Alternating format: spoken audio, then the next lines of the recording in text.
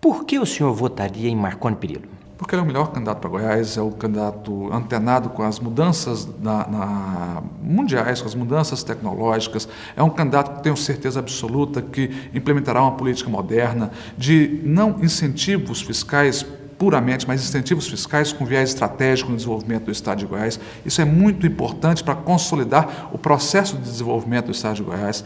Ele tem uma proposta que eu acho que é fundamental. Nós precisamos desigualar as diferenças regionais do Estado. Hoje nós temos um Sul absolutamente próspero, uma região Norte e Nordeste absolutamente subdesenvolvidos.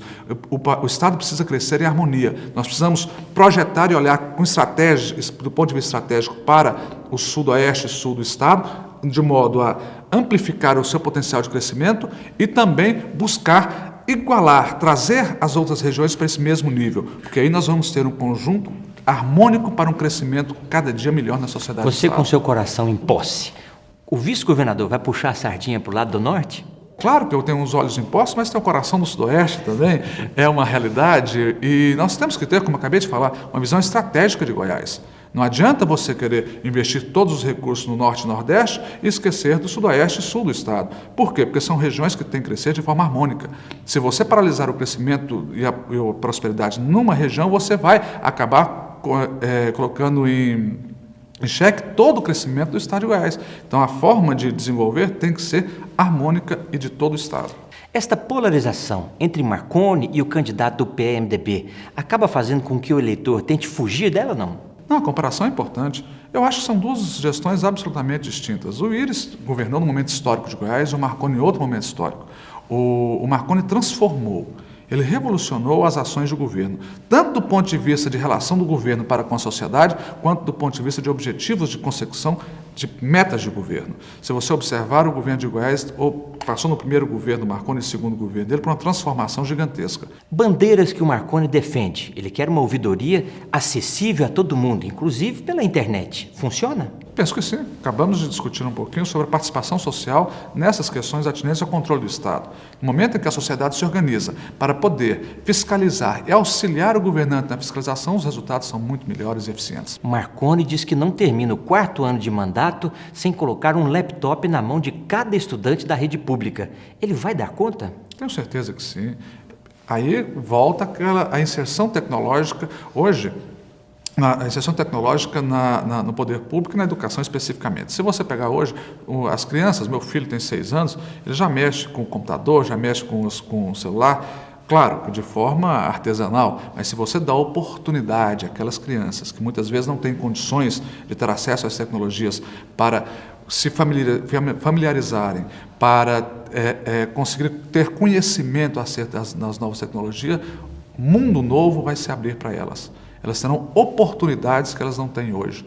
Nesse sentido, o senador Marconi está absolutamente correto no sentido de tentar implementar esse plano de acesso dos estudantes da rede pública aos meios de tecnologia. Na educação, Marconi enxerga que hoje está sobrando doutor e faltando técnico para o mercado de trabalho.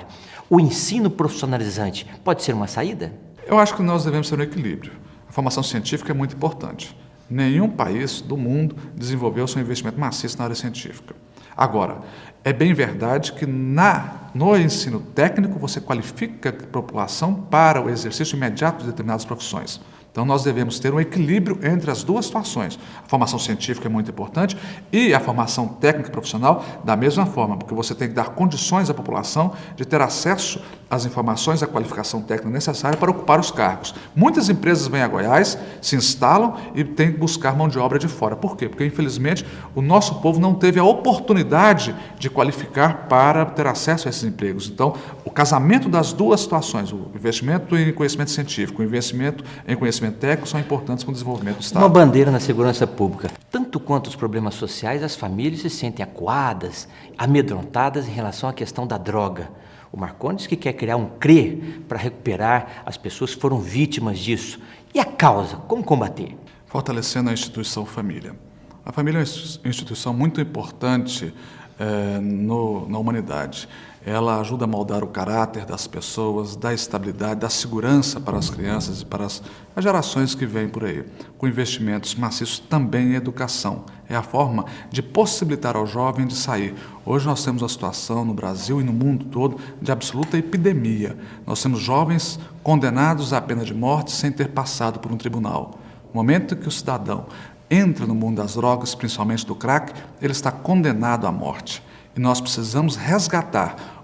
O programa de recuperação de dependentes químicos proposto por Marconi é muito importante, mas nós temos que agir na causa. É o fortalecimento da família, o fortalecimento das escolas, o fortalecimento da educação. E o que pode ser feito para a família parar de se desintegrar, como está acontecendo? Dar à família, dar aos chefes de família, às mães de famílias, oportunidades para que ela possa criar a sua família. O programa Renda Cidadão é um exemplo disso, o programa Bolsa Escola foi um exemplo disso, e todos os programas de inserção social desenvolvidos pelo governo Marconi é um exemplo claro e objetivo de reconstrução ou de auxílio à família na sua integralidade. O modelo das câmaras de conciliação, resolver o problema antes de chegar à justiça, isso funciona? Eu acho que sim, a Câmara de Conciliação, inclusive, vem desafogando os tribunais de diversas demandas, o que é salutar. Eu sempre, como advogado, digo que muito melhor um mau acordo que uma boa briga. A briga nunca constrói.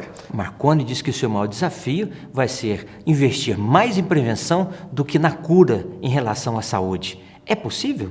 Eu acho que é uma situação absolutamente difícil, nós temos que falar isso com absoluta coragem, competência. É um problema nacional, é um problema onde a sociedade brasileira precisa ter uma solução para isso. Não há solução única e milagrosa para o problema da saúde. Tem que ocorrer investimentos, tem que ocorrer aperfeiçoamento das formas de gestão da saúde para que o sistema de saúde seja mais eficiente. A forma de fazer isso, nós temos que definir com a sociedade. Os hospitais regionais que o Henrique Santilo fez no passado são a solução? Não sei. Essa é uma questão que deve ser discutida com toda a sociedade, é o que nós estamos fazendo. Tem um grupo de trabalho que está ouvindo todos os municípios de Goiânia, todas as regiões de Goiás, para que nós possamos, depois de ouvir da sociedade, ter efetivamente um plano concreto para solucionar o problema de saúde, ou ao menos dar uma melhorada substancial na saúde pública em Goiás. O senhor está à vontade dentro da chapa de Marconi? Absolutamente. Foi bem recebido? Fui muito bem recebido. Eu já conheço o Marconi há alguns anos, participamos daquela eleição de 98 junto com ele. Participamos da eleição de 2002 também, meu pai foi candidato a deputado, daquela oportunidade, compondo a chapa tucana. E, obviamente, os caminhos se separaram em determinado momento, mas o reencontro existiu e vai ser muito bom. A primeira pergunta que surgiu a seu respeito era: quem é? De onde veio? O fato de não ser conhecido te incomoda, te constrange? De forma alguma não há constrangimento, mesmo porque eu tenho a oportunidade de tornar conhecido do ponto de vista positivo, construindo, dando propostas interessantes para Goiás, abrindo um leque de opções para que o senador Marconi possa aproveitar no seu plano de governo e no seu governo a partir de janeiro do ano que vem. É muito importante isso.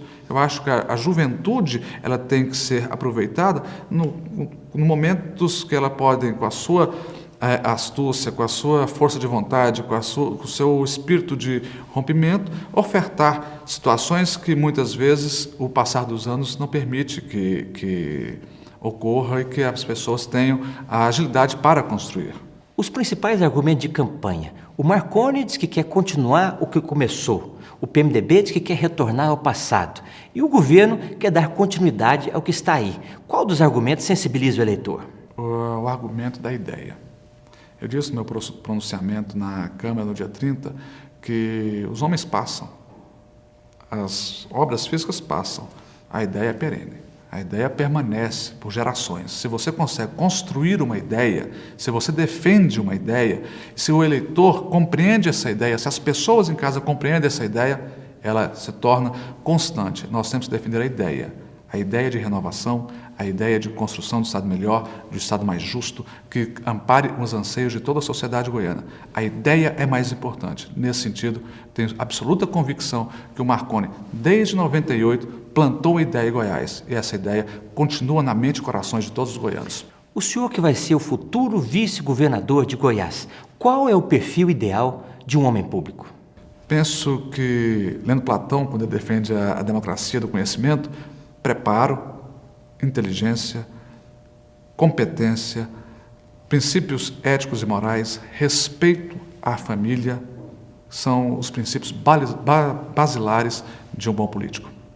Obrigado por falar à TV Marconi. Eu que agradeço. Obrigado.